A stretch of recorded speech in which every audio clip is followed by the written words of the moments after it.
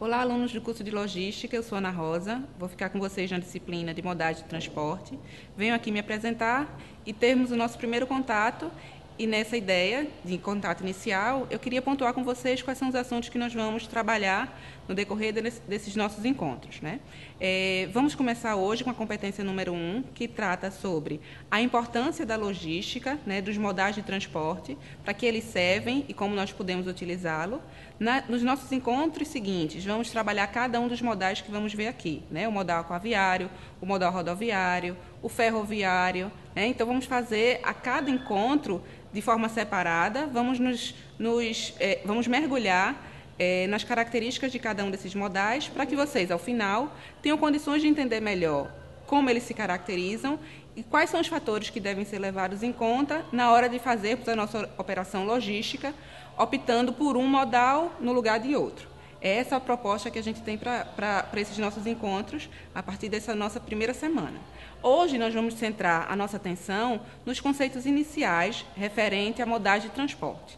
Então, vai ser interessante que a gente saiba, por exemplo, que na logística, né, que é a base da nossa disciplina, a base, na verdade, do nosso curso como um todo, nós vamos ter que escolher e entender melhor de que forma os transportes podem ser feitos, né, como os processamentos de pedidos das cargas que são encomendadas acontecem e como as informações se conectam para que o produto que eu comprei seja entregue a mim, né, comprador, e como você, operador logístico, fez com que esse produto chegasse até as mãos do consumidor final.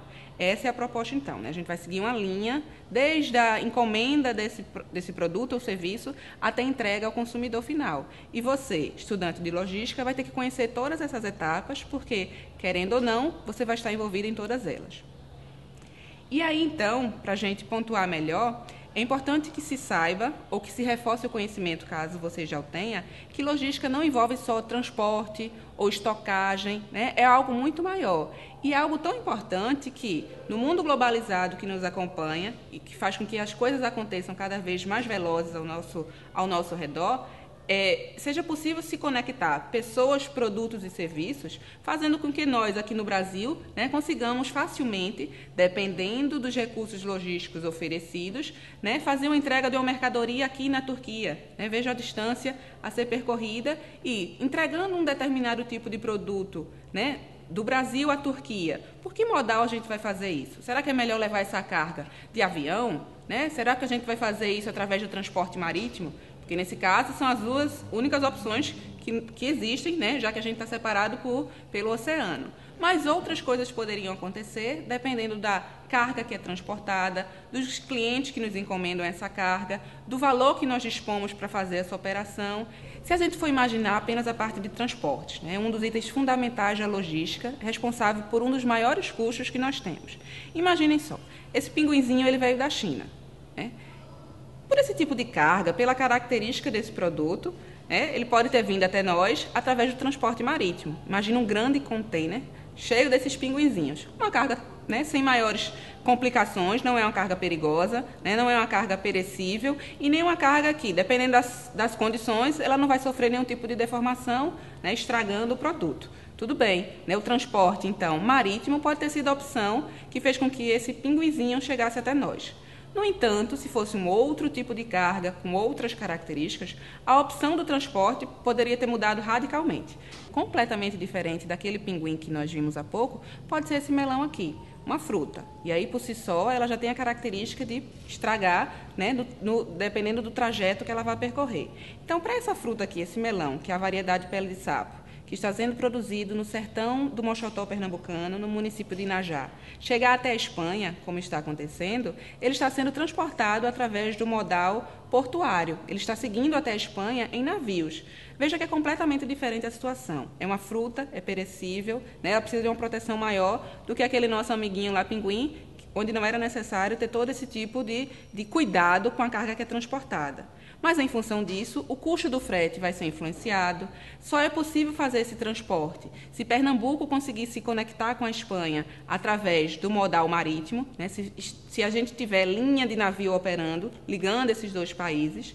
Se fosse o caso de não existir, como é, por exemplo, né, uma opção para as frutas do Vale do São Francisco seguirem para os Estados Unidos, a gente também poderia optar utilizando o transporte aéreo, né? Então, o aeroporto de Petrolina, ele tem conexões, ele é um aeroporto internacional e ele leva as frutas, né, as uvas e as mangas para os Estados Unidos, por exemplo, através de aviões adaptados a essa realidade, né, de ser necessário transportar uma carga que é diferenciada, que é uma carga delicada, através de aviões cujos compartimentos de carga são, por exemplo, refrigerados, que fazem com que as frutas fiquem protegidas e cheguem até o consumidor final com a melhor qualidade possível, como é exigido pelos padrões de qualidade internacional.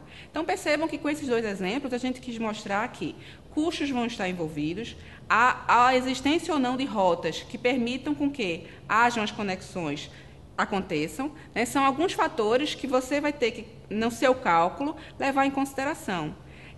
A carga é sinistra, ela se estraga, que frete seria mais barato?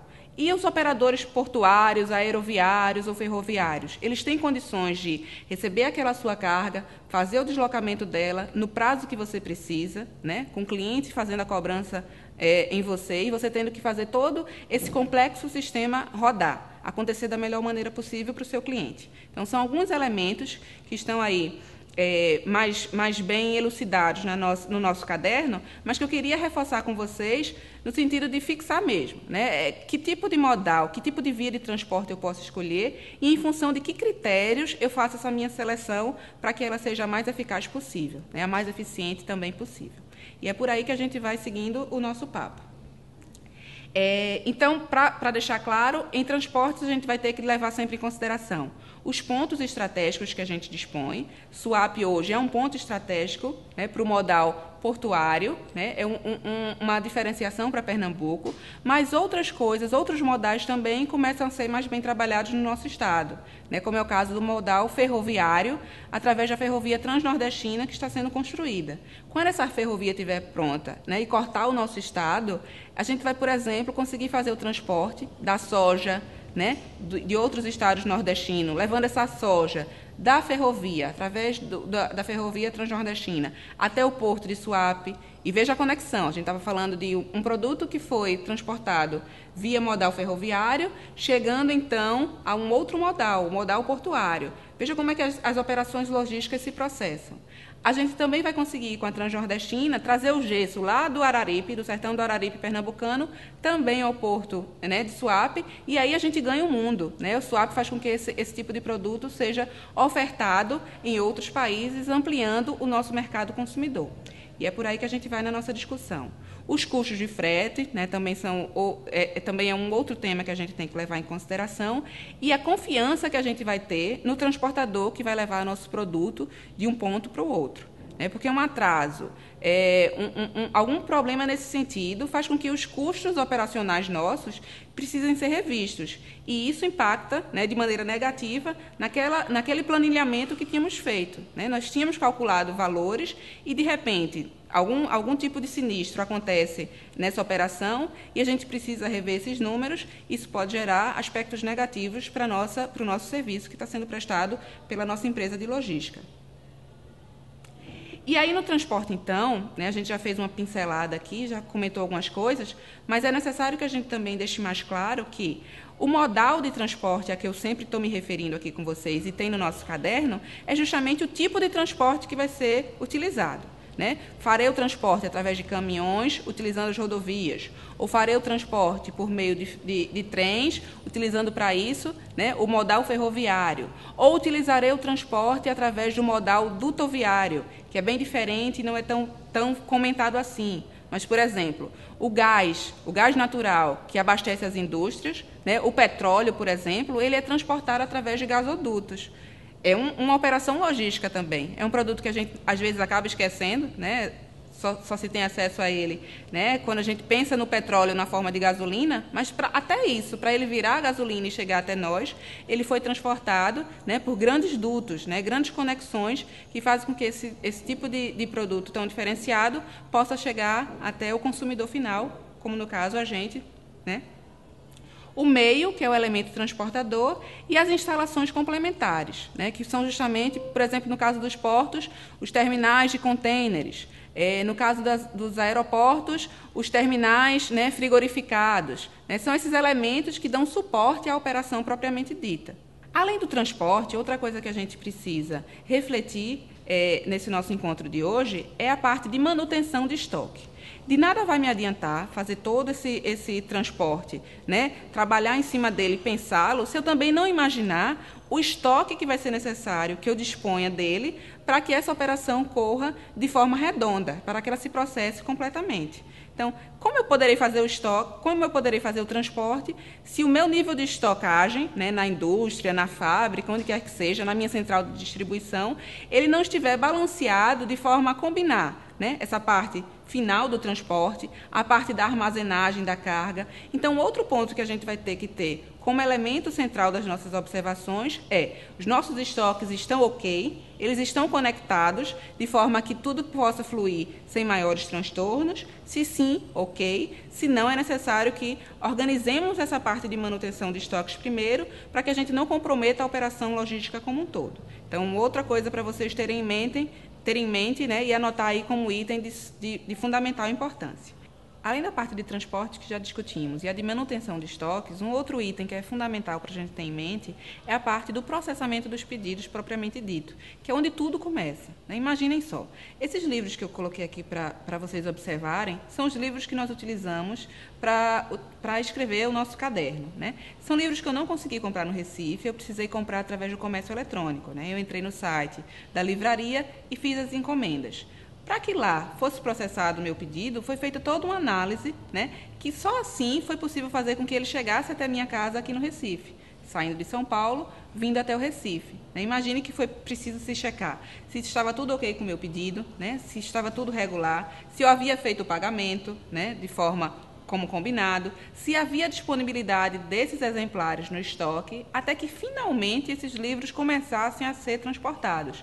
Então, percebam que essa primeira etapa, né, que é quando o processo começa a ser a rodar, que é a etapa que determina todas as operações que vão vir de forma sequenciada, né?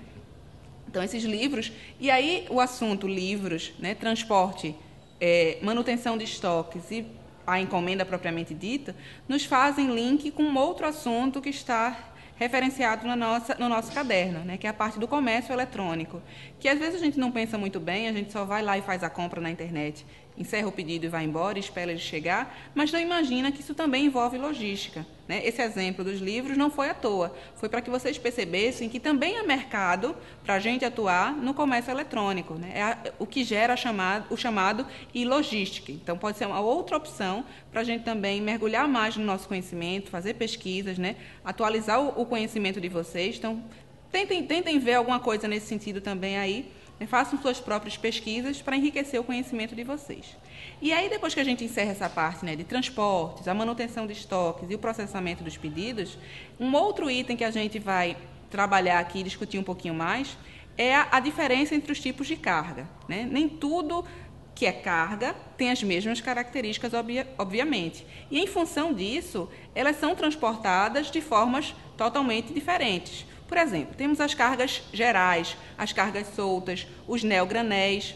Tudo isso está bem detalhadozinho na nossa apostila. Mas imagine, por exemplo, que é bem diferente a gente transportar gás da forma como a gente transporta açúcar, ou usando lá aqueles nossos exemplos anteriores, né, dos nossos bichinhos de pelúcia ou das frutas.